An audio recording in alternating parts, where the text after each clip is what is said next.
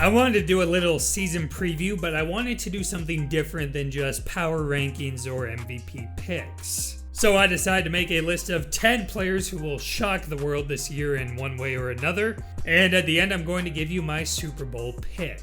And by the way, last year I was correct when I picked the Bucs over the Chiefs. I know it wasn't the most creative pick, but come on, before last season there were plenty of Bucs doubters. And I gotta pat myself on the back when I do get something right, you know? So stay tuned and let's see if I can get 2 in a row.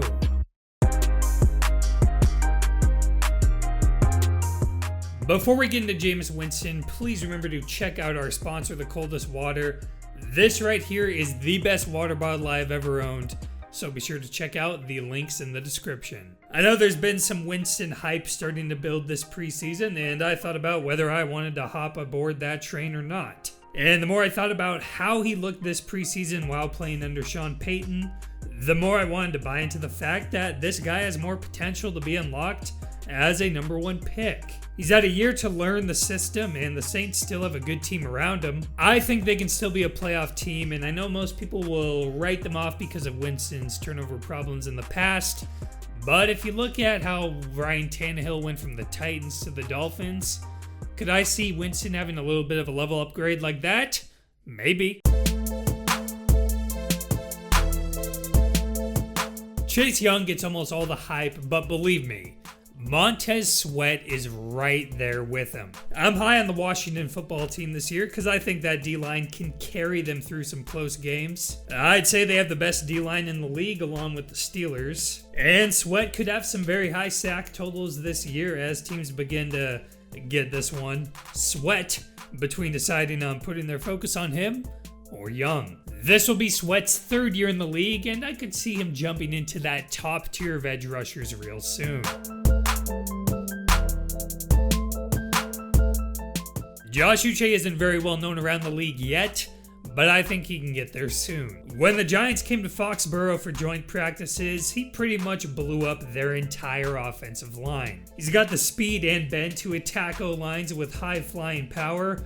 I think he can learn under Matt Judon this year and make a big leap to the point where he becomes an anchor on Belichick's defense for years to come. The Patriots front 7 could see some major improvements this year, and I think Uche's developments could be a major key to those improvements.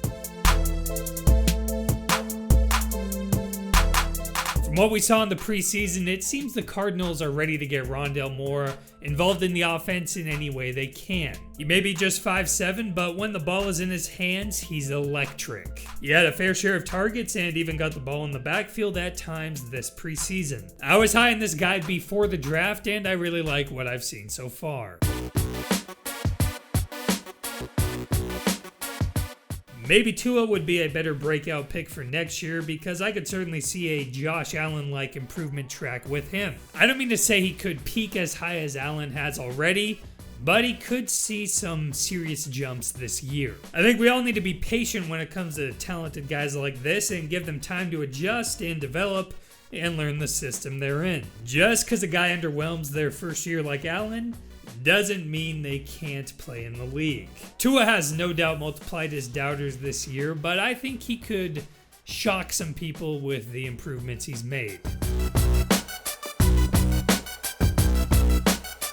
Vita Vea was injured for much of the 2020 season, but when he returned for the playoffs, the world got to see the Bucs' defensive potential. If you caught him bulldozing the Cowboys O-line a few times during the opener, then you should know that's just a typical Vita Vea game. So with the microscope on the defending champs this year, I think it's only right to pick this monster who will make people's jaws drop, especially when he's barreling toward their quarterback as their center falls backwards on his butt.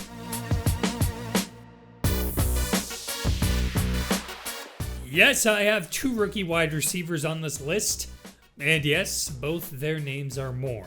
In Elijah's case, I think he's got the trifecta of work ethic, mental game, and ability to succeed in the NFL. Unfortunately, Jets drafted receivers have largely been busts as of late, but I'd put my money on Moore to change that reputation in a hurry. Some reports have gone as far to say Moore has looked like the Jets' best player this offseason. Of course, that might say just as much about the Jets roster as it does Moore, but hey, still impressive for a rookie.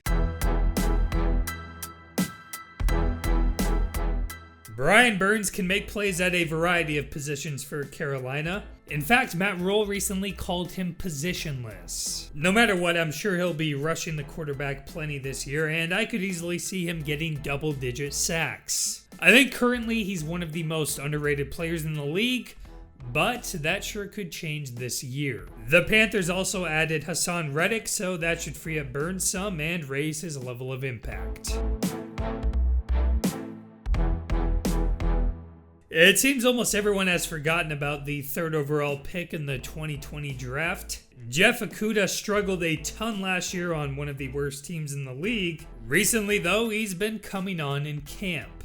A new coaching staff can help Okudah hit the reset button and once again look like one of the most talented corners in the country. Jeffrey Simmons is another one of those guys in my most underrated lineup. If you want to talk about ascending talent, then this is your guy. He's shown flashes here and there of elite ability, and players around the league have started to take notice. But for some reason, though, he rarely gets talked about. Of course, that's only natural as an interior D lineman, but the best of those guys stick out. And I think Simmons will be sticking out more and more this year. Now, finally, we get to my Super Bowl pick. One disclaimer, as a rule, I never pick the defending Super Bowl champ. There hasn't been a back-to-back winner in like 17 years, and yes, I'm bound to be wrong eventually, and I'm still very high on the Bucs.